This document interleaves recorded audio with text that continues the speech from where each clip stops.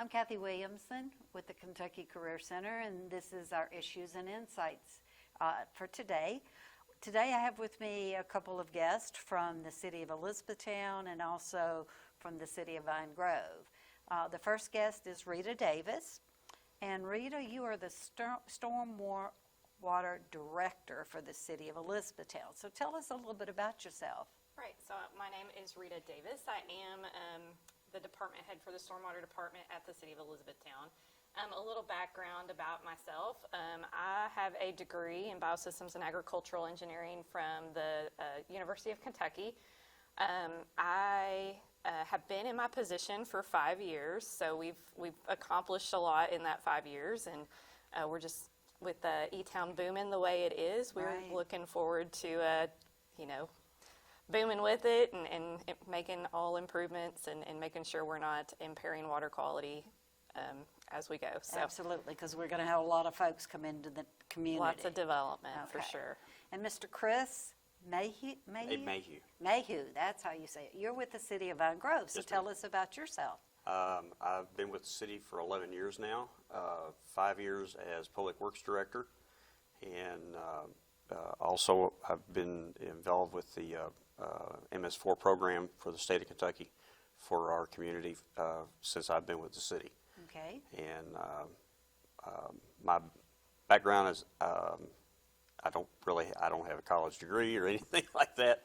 But Sounds like you have a lot of experience. But I've got lots of experience in development and the work that's been going on. As Rita indicated, we're growing fast, and Vine Grove has grown super fast, and Yes, it's kind of got ahead of us a little bit, but we're starting to get hold of things. Yeah, okay. And so yesterday when Rita and I were starting to kind of have this conversation, she mentioned this MS4 permit. And as the layman in our community, I have no idea what that's all about. So can someone explain to me what an MS4 permit is all about? It's a municipal separate storm sewer. Okay. So that's what the 4 is. Okay.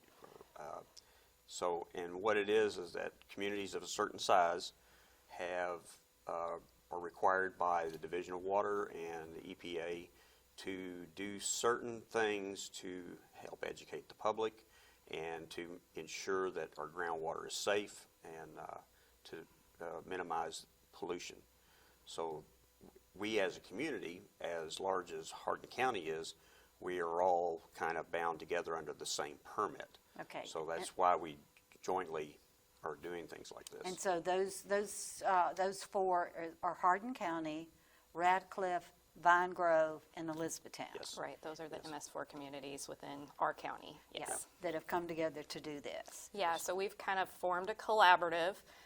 We all have to have, as a requirement of our permit, we all have to educate the public and do public involvement to try to make sure that people aren't polluting our streams, aren't dumping things down the storm drain. And so we've kind of come together to help achieve that common goal that we need to do as part of that permit. So we've done several little activities and things to try to help each other out in that regard. Okay. So tell me about stormwater and its importance. So stormwater is basically any rain or snow melt runoff. So anything that doesn't get absorbed into the ground and runs off as water coming across the ground. It's important because that is feeding all of our creeks, our lakes, our rivers that are used for recreation, water sources, and also, wildlife, of course. It's important. We want it to have high quality. Anything it comes in contact with as it runs across the ground is going to potentially pollute it. So we want to make sure that people are picking up their trash and that kind of thing. So what are some of the ways that the community can help make sure that the stormwater is not polluted? Well, one of the big factors is pet waste. People don't realize that pet waste eventually ends up in most streams anyway. So that's a big plus for people to police after their own animals. Just pick it up and put it in the trash. Yes. Don't just leave it there so that it can Yes. can Because it disintegrate. eventually dissolves into the ground Right. and ends up becoming part of the runoff. and ends up in streams. Yeah. It'll eventually be there, and it contributes to the E. coli That was another piece I was going to that ask about. shows up in water testing, yes. So E. coli is attached to that. Yes. And so And it bacteria, yes. The bacteria does get into our streams. Right, and we do have some local waterways that are impaired based off of testing that the state has done that are impaired specifically for bacteria and E. coli. So pet waste is, the sources are unknown, but we do would like to do anything we can to help improve Yeah. that. So Just pet waste minimize is, that yeah. impact as Yeah. much as possible. Well, nature, deer, animals like that are already out there, and then when we take our pets, we just add to it. Right, And we and probably- pets are higher density than what they would be in the wild, so. So we just don't even think about that, okay? Some of the other things that we want to communicate to the residents and to the workforce, don't litter. How long have we been hearing that? I mean, it's, since I was a kid, we've been taught not to Oh, litter, yes. not to throw things on the ground, to pick it up and put it in the trash. I remember in elementary school, we did a Don't Litter campaign, and we did posters, and so again, for a long time, we've been told not to litter. Yes, Right. it's a simple message, but I feel like sometimes people still need to Yeah. Well, get that reminder. People become complacent with things, and they just don't simply think about what they're doing and how the impact affects the environment. Yeah. And it's just, what we are trying to do is just kind of wake everybody up to the fact that there's some habits that you need to check. Yeah, well, littering with paper products and those sorts of things, but then there's also with food that you put in the trash. That attracts animals, Right. and then that makes a mess, and then that just kind of keeps adding to having to pick things up and having having animals exposed to food that they probably shouldn't get a hold of.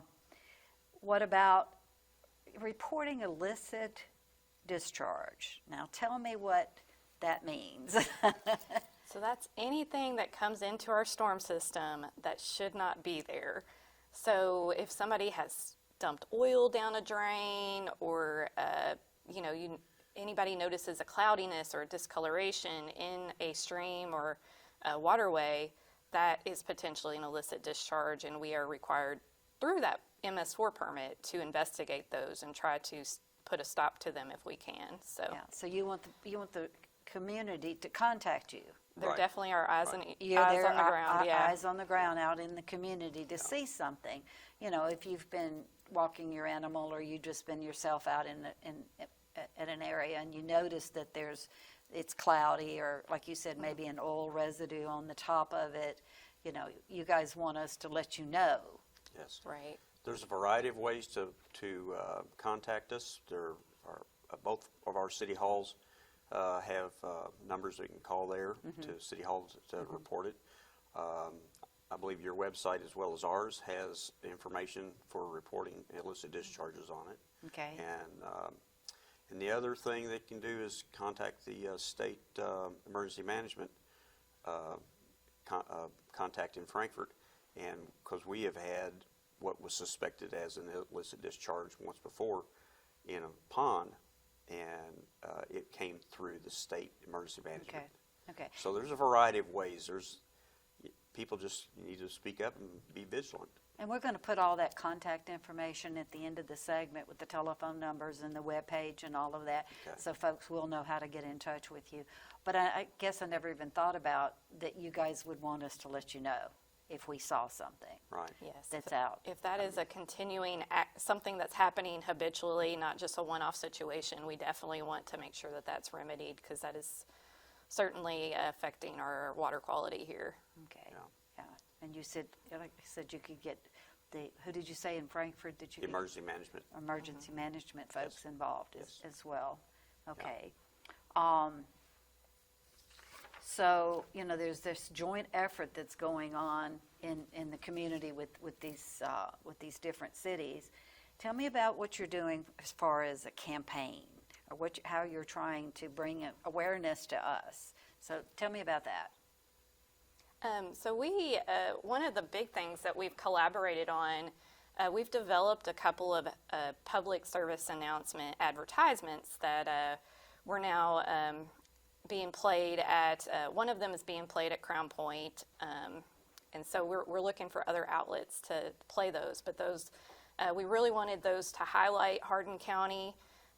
I know everyone is probably familiar with the fish With knocking the on fish the guy door. knocking on our door. We've Here's seen your that. trash. Here's your, Yeah. I'm giving it back So- to you. This Exactly. doesn't belong to me. This, I Yeah. don't want this. So that Yeah. was an ad, I think that was some sort of national EPA ad that Okay. we had kind of picked up locally and played in the movies Mm-hmm. for probably years. Well, probably about 6 or 7 years. Yeah. And I think everybody got kind of tired of that. So we said, well, we're going to come up with something fresh and new and local. We really wanted to highlight local. So we've got 2 different ads that have been developed. One highlights several natural areas here in Hardin County, and then the other one highlights several local kids from the community. So I think they turned out really well, and we're real proud of them. Yeah, So bringing it home. Yeah. Where we, I think you said one was at a local lake, and so if you see things that are familiar to you, yep, those You are can- filmed locally. you can go, oh, these are our kids, this is our community, this is something we really need to pay attention to. Right.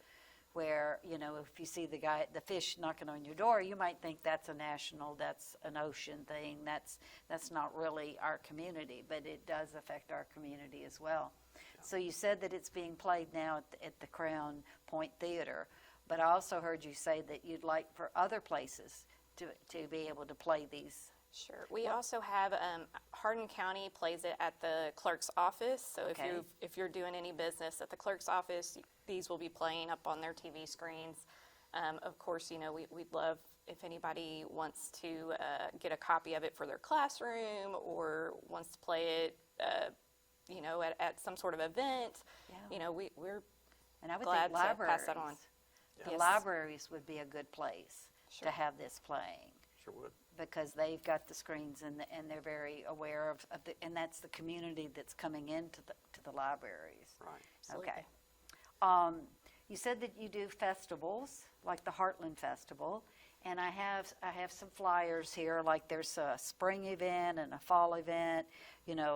I don't think that I realize that you guys get out into the public and set up tables, and that's kind of what we have on our table here, is some of the giveaways that you have to remind us, because sometimes we need a pin or we need a sticker or something that reminds right. us, oh, I remember the video, I remember the talk where I heard them on the Insight and Issues, and we need to start paying attention to what we're doing.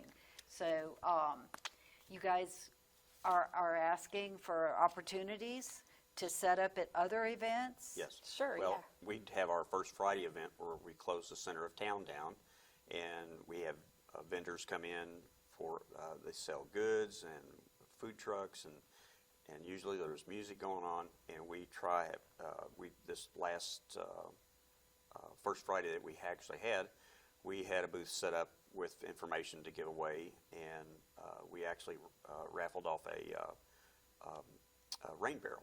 Oh, okay. And the gentleman that won it he was tickled to death to get that thing. Okay, and that's the city of Vine Grove? Yes, ma'am. That you close off the area and Right. such. Okay. So again, as folks are watching or seeing our show, if they have an event coming up where this would be a good fit, and I can't think of anywhere that this wouldn't be a good fit, let you guys know, and if you have the availability, you'll come with the table, you'll come with your goodies, and just go back into that education piece. Yes. Because a lot of times, like I said, I can remember in elementary school that we talked about don't litter, but I don't know that my children and my grandchildren, and I now have a great grandbaby, I don't know whether what they're being taught and that sort of thing. Yeah. And you mentioned schools. I Yes.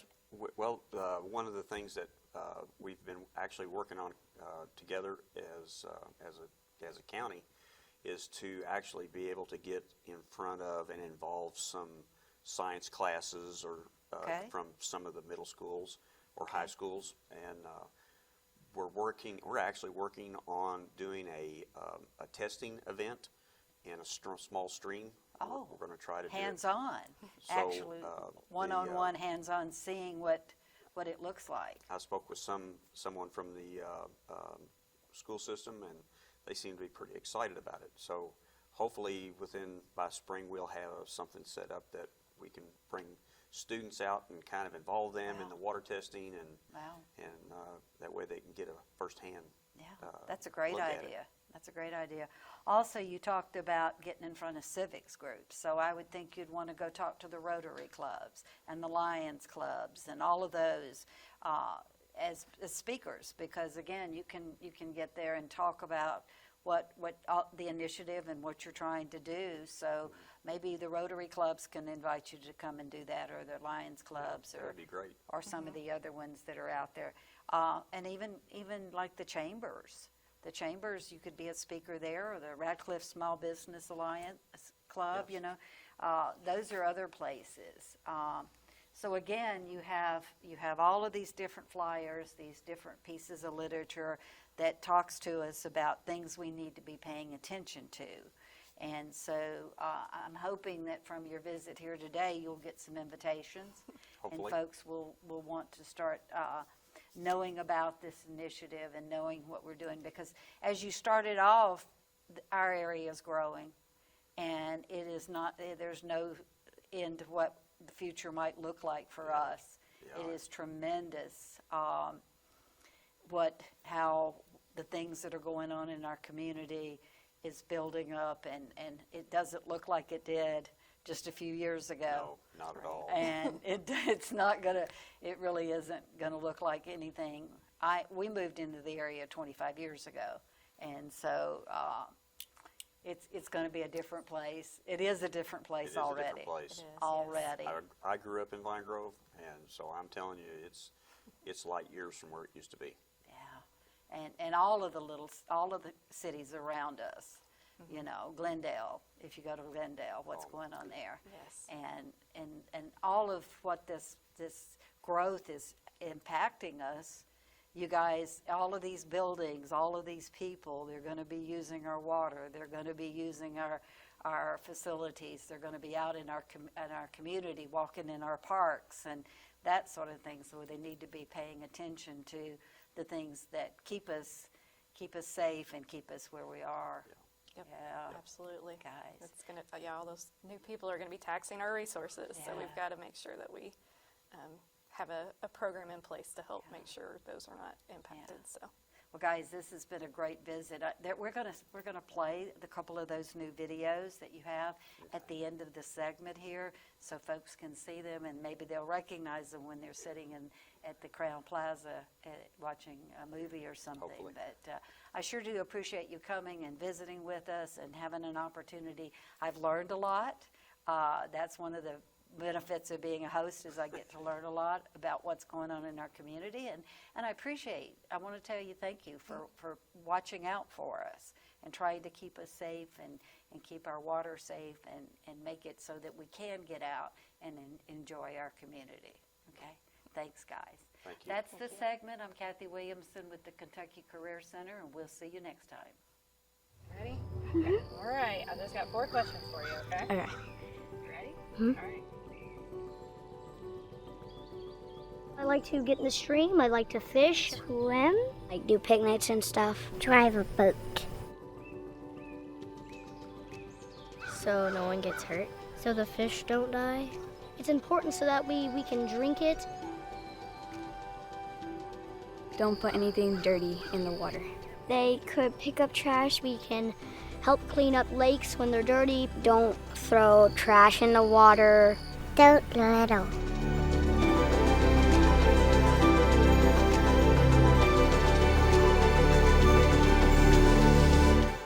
The cities of Radcliffe, Elizabethtown, and Vine Grove, as well as Hardin County, are coming together to help manage pollutant runoff and its environmental impacts. As rain runs off of surfaces, it can come into contact with pollutants such as oils, trash, chemicals, and pet waste that will eventually end up in our recreational and drinking water sources. Hardin County and its communities are fortunate to have an abundance of lakes, streams, and surrounding natural areas. Help us protect our waterways. Pick up trash and pet waste. Report unusual substances in drainage ways, and pick up chemical and oil spills. For more information on how you can improve water quality in your community, contact us. Remember, if it's on the ground, it's in your water.